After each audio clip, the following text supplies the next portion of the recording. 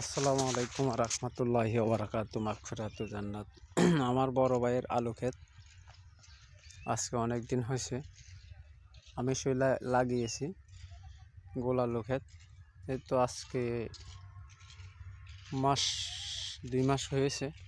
এখন বোর দিবে, এই বোর দিলে আর বোর লাগবে না, আলু ধরে গেছে অলরেডি।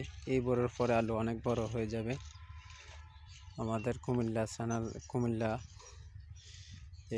এইসব আলু অল্প সময়তে অনেক সফলতা অর্জন হয়। এই আলু অনেক ভালো আলু। তো আমার বাসা কুমিল্লা সদর দক্ষিণ লালমাই। আমার নাম হৃদয়, আমার চ্যানেলের নাম মাটির দেহ হৃদয়। আমার ভিডিওগুলো যদি আপনাদের মাঝে ভালো লেগে থাকে সবার সাথে শেয়ার করবেন, আর সবাই আমাকে বন্ধু করে নেবেন।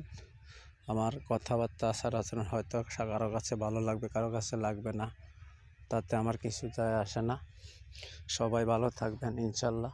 আমি আছি আপনাদের পাশে এবং থাকব।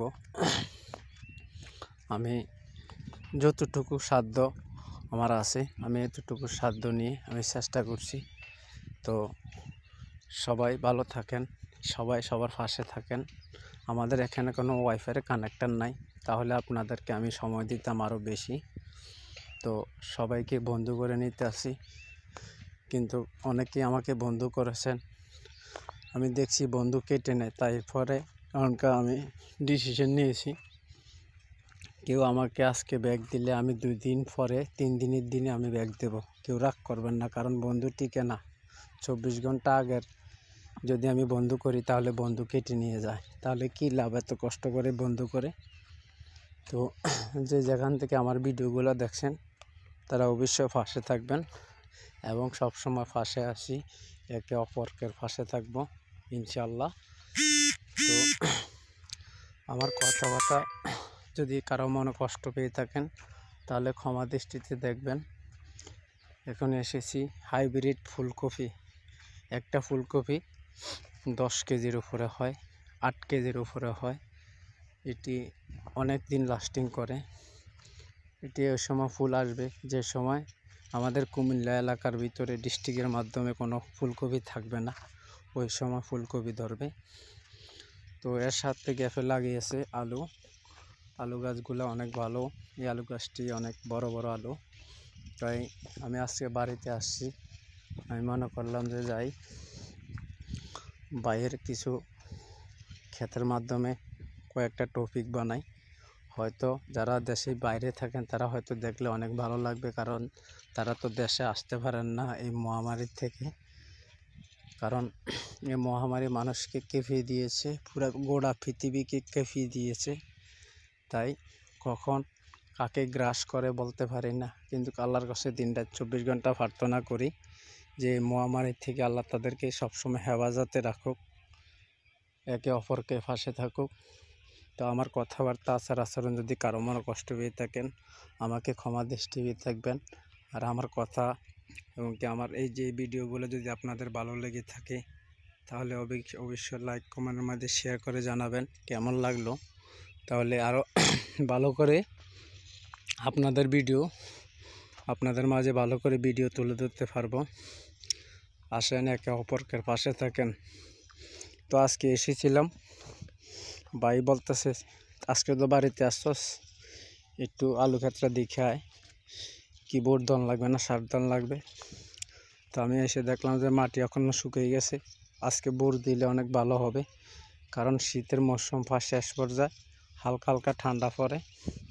তাই এর সাথে আছে এই যে এইগুলা গাছগুলো দেখেছেন, এটি হচ্ছে কচি ক্ষীরা গাছ, অলরেডি হয়ে গেছে। এখন বোর দিলে আরও বড় হয়ে যাবে।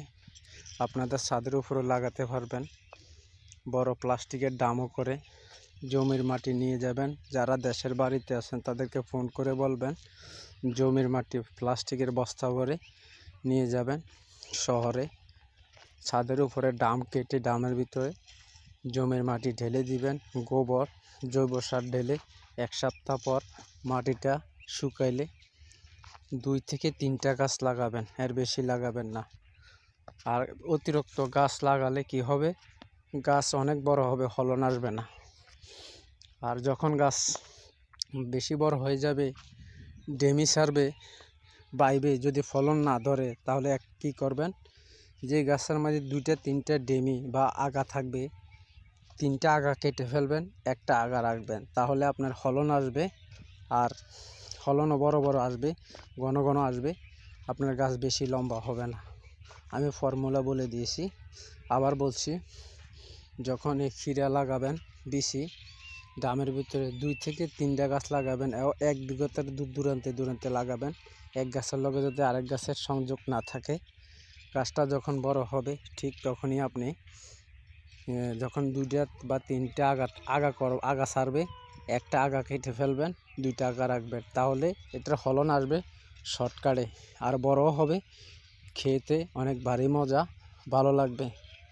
তো সবাই ভালো থাকবেন, আশা করি আমার কথাগুলো আপনাদের কাজে আসবে। যারা আমাকে বন্ধু করে রেখেছেন প্লিজ তাদের কাছে আমি হাত জোর করে মিনতি করে বলছি, আমাকে বন্ধু করে নেন, আমাকে একটু সাহস দেন, আমাকে একটু পাশে দাঁড়ানোর সহযোগিতা করেন।